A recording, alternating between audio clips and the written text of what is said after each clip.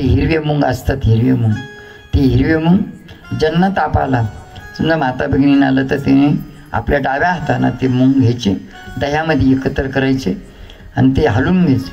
जिथं जास्त मोठं वडाचं झाड आहे त्या वडाच्या झाडाला टाकायचं. पण तिथं सकाळी विधी केला तर वडाच्या झाडाच्या पश्चिमेकडून पूर्वेकडे तोंड करून, सायंकाळी विधी केला तर वडाच्या झाडाच्या पूर्वेकडून पश्चिमेक तोंड करून ते वडाच्या झाडाला टाकायचं. हात लावून मात्र तुमची समाजा सांगायची, दर्शन घेऊन प्रदक्षिणा मारा. तुमचा त्या क्षणात 2-5 मिनटात ताप तोडून जाईल. आहे कधी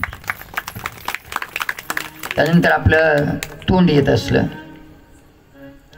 असलं तर त्याच्यामध्ये आम्ही मागं 2 दिवसापूर्वी सांगितलं का चंद्रदेव, सूर्यनारायण, अग्निदेवता, पाणी, गोमाता, आपले आईवडील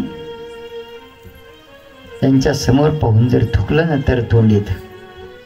अग्निदेवता, अग्निकोपरा, प्रत्यक्ष प्रज्वलित केलेला अग्नी, कधी कधी थंडीच्या टायमाला तुम्ही शकत बस तिकडं थुकत, तर मग खाली थुकाच लागतं. तर अग्नी, पाणी, गोमाता, चंद्र, सूर्य, आपले आईवडील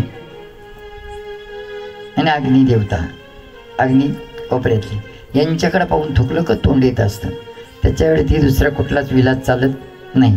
पण आपण एक सफेद कात विधी करून देतो. सफेद म्हणजे जर खाल्ल्यानंतर तोंड लाल होत नाही, ते खाल्ल्यानंतर तोंड लाल होत नाही.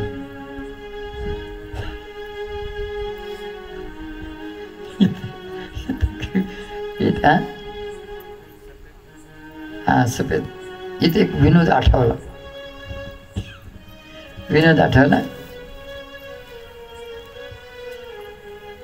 पोळ्याच्या टायमाला ती लहान बैल राहते कधी, लहान बैल, एक छोटंसं मुलगा होतं, त्याने नेमकं ते आपल्या संडासच्या डब्यामध्ये ते गेरू घालावलं. गेरू घालावला त्या बैलाला लावला आणि बाकीचं माझं ती तसंच ठुलं.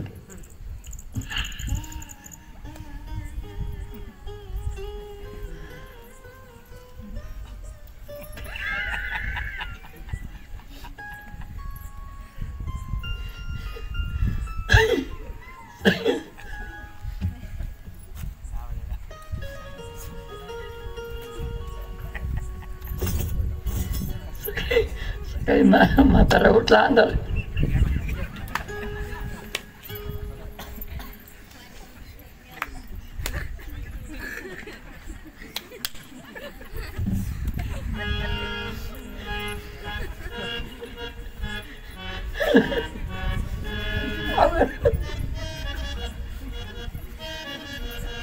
कार्यक्रम झाला 8 मिनिट.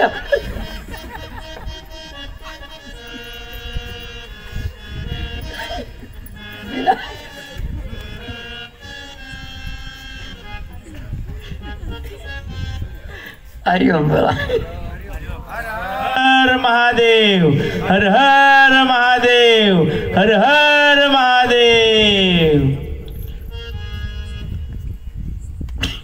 ना तोंड आलं तर तो सफेद कात म्हणजे तोंड लाल नाही.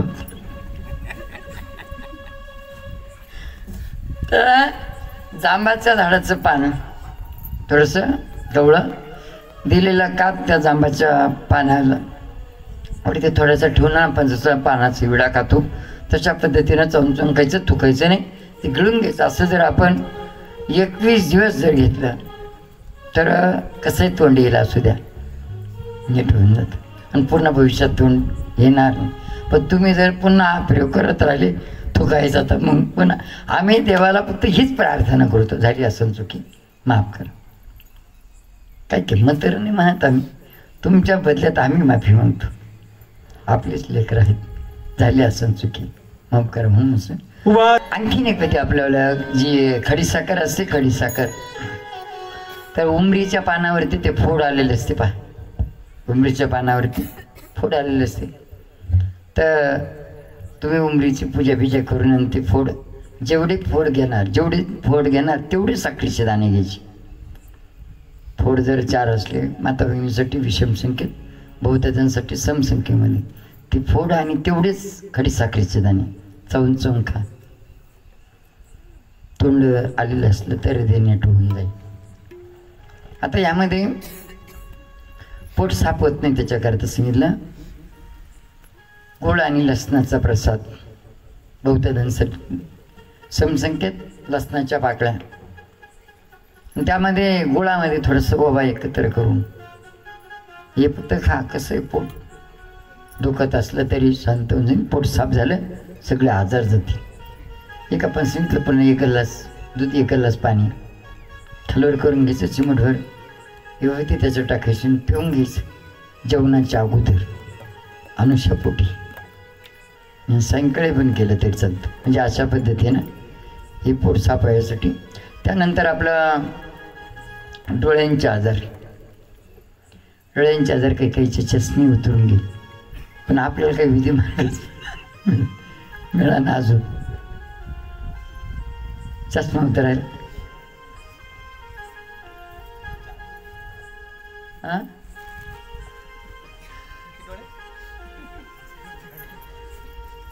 तर यामध्ये तर आपला गोमित्र वगैरे विधी करून देतो आपण. ते गोमित्र आणि डोळे धुवायचे, गोमित्र आणि डोळे धुवायचे आणि कदाचित थोडंसं गोमित्र गरम करून थंड होऊ द्यायचं आणि ते 2-2 थेंब डोळ्यामध्ये टाकायचे. यांना पण जातं. कदाचित गावठी तूप पण आणि गावठी मध झाडावरचं हे पण विधी करून देतो. गोमित्र आणि डोळे धुतले तर अर्धा चमचा मध आणि 1 चमचा तूप हे दोन्ही एकत्र करून झोपायच्या टायमाला 2-2 थेंब डोळ्यामध्ये टाकायचे. कोणाला मात्र हे लागू पडत नाही तर अर्धा चमचा मध जिथं घ्यायचं तिला 1 चमचा मध घ्यायचं आणि अर्धा चमचा तूप घ्यायचं, दोन्ही बरोबरीने घ्यायचे. ते गोमित्र विधी करून दिलं ते कानात टाकायचं दिवसा थोडंसं नॉर्मल. अरे संध्याकाळच्या टायमाला ह्या कानातला मळ काढायचा या डोळ्यात टाकायचं, ह्या कानातला मळ काढायचं या डोळ्यात टाकायचं. आणि आपल्याच कधी कधी सहज आपण संध्याकाळी झोपायच्या टायमाला प्रयोग करून पाहतो. झोपायच्या टायमाला थोडीशी विभूती तोंडात टाकून घ्यायची. सकाळी उठल्या कोणाचं तोंड न पाहताना आपल्याच तोंडातल्या थुक्यानं डोळे चोळा आणि मग अनुभव घ्या दिवसभर. पावर काय अनुभव आहे हे तुझं आहे. तुझं पैशी तरी तुझी जागा चुकल्याशी. आणखीन एक अनुभव सांगतो तुम्हाला. एखादी गाय म्हैस हे जर शेळी मेंढी जर फुगली ना डॉक्टर काहीच करू नका. फक्त एक काम करा, डोक्यातली ऊ असते ना सापडणारच नाही. असं वेळेवर काल सापडून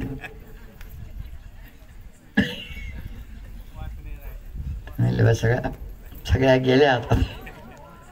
ती स्त्रीलिंगी असेल तर डाव्या कानात सोडा तात्काळ मात्र मोकळे होऊन जाईल आणि पुरुष लिंगी असेल तर उजव्या कानात सोडा.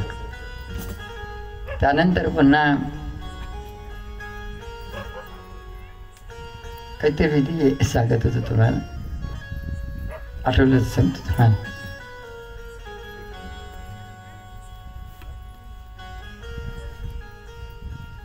काहीतरी आठवलं होतं आम्हाला. बरं बाळासाठी सांगतो, आठवलं तर सांगतो तुम्हाला. तुम्ही विचारतच नाही काही तेव्हा. हे तुझं आहे, तुझं पैसे परी तुझ्या जागा चुकलाशी आपल्या जवळ काय कोणाला विचारायची गरज नाही. दुसरं हे टॉन्सिलचं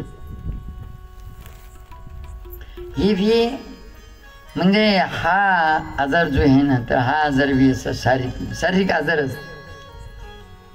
शारीरिक आजार असतात मग आम्हाला झालं नसतं का. पण याला सुद्धा जर समजा आपण लॅट्रिनला गेलो तिकडं पाहून जर विष्टेकडे पाहून जर थुकलो, कोणाची विष्ट असू द्या, विष्टेकडे पाहून थुकलो ना इथं दुखणार समजा. याच्यासाठी आपल्याच तोंडातल्या थोक्यानं सोडावं लागतं ते. नाही तर मग बेलाचं पानाचं विधी काय घाबरायचं काही काम नाही. बेलाची पानं 5 पानं घ्यायची, 5 ते 15 पानं ते खळाखळा उकळून घ्यायची. त्याच्यावर झाकणने ठेवायची आणि थोडंसं नॉर्मल चवीपुरती साखर टाका. ते पानं गाळून घ्या, जसं फकी नाही का चहा फाकी पावडर ती गाळून घेतली. तशा पद्धतीने हे घेतलं की हे कोणाच्या पायाखाली जाणार नाही, अशा पद्धतीने टाका. आणि चहा जसं पितो तसं फुकून फुकून थोडंसं गरम गरम प्या. 2-3 दिवस करून पहा, कसं आहे ही आजार असले तर जातील. या पद्धतीनं लहान मुलांचे आजार, लहान मुलांचे छोट्या बाळाला तर 4.5 ते 5 वर्षापर्यंत दवाखाना करण्याची गरज पडत नाही. जोपर्यंत बाळ स्वतःच्या हाताने जीवत नाही तोपर्यंत तुम्ही स्वतः जीव घालतात ना. बाळाच्या तोंडात 5 बोटं सोडले का बाळाचं शारीरिक स्वास्थ्य बिघडून जातं. म्हणून मात्र ह्या 3 बोटांनी बाळाला जीव घालत जा. त्यानंतर बाळाला 5 वर्षापर्यंत पिवळ्या आणि सफेद रंगाचे कपडे वापरा. सफेद कपडे पिवळ्या रंगाच्या फुलां, पिवळ्या कपडे सफेद रंगाच्या फुले. 5 वर्षापर्यंत कोणाच्याच घरचे कपडे वापरू नका, फक्त आपल्या स्वतःच्या घरचे वापरा. आणि 5वा वाढदिवस जेव्हा येईल तेव्हा मामाचे कपडे वापरा. 5व्या वाढदिवसाला मामाचे कपडे वापरा. या पद्धतीनं करा. एक जर समजा अशी काही दोषबाधा असतील, ज्या माता भगिनीला 4 दिवसाची अडचण आहे त्या माता भगिनी बाळाकडे पाहिलं ना भरदृष्टीनं तर बाळाचं शारीरिक स्वास्थ्य बिघडणार. ज्या माता भगिनीला अडचण आहे त्या माता भगिनी बाळाला जवळ घेतलं ना तर बाळाचं शारीरिक स्वास्थ्य बिघडणार. बाळाच्या आईचा दोष नाही लागत. तर ह्या वेळेला सहज बाळ एक तर असं पाहिजे नाही ते एक तर खाली पाहिजे, सरळ आपल्याकडं पाहणार नाही, समजून घ्यायचं. असं जर म्हणलं तर दृष्ट काढणं आंघोळीचं विधी.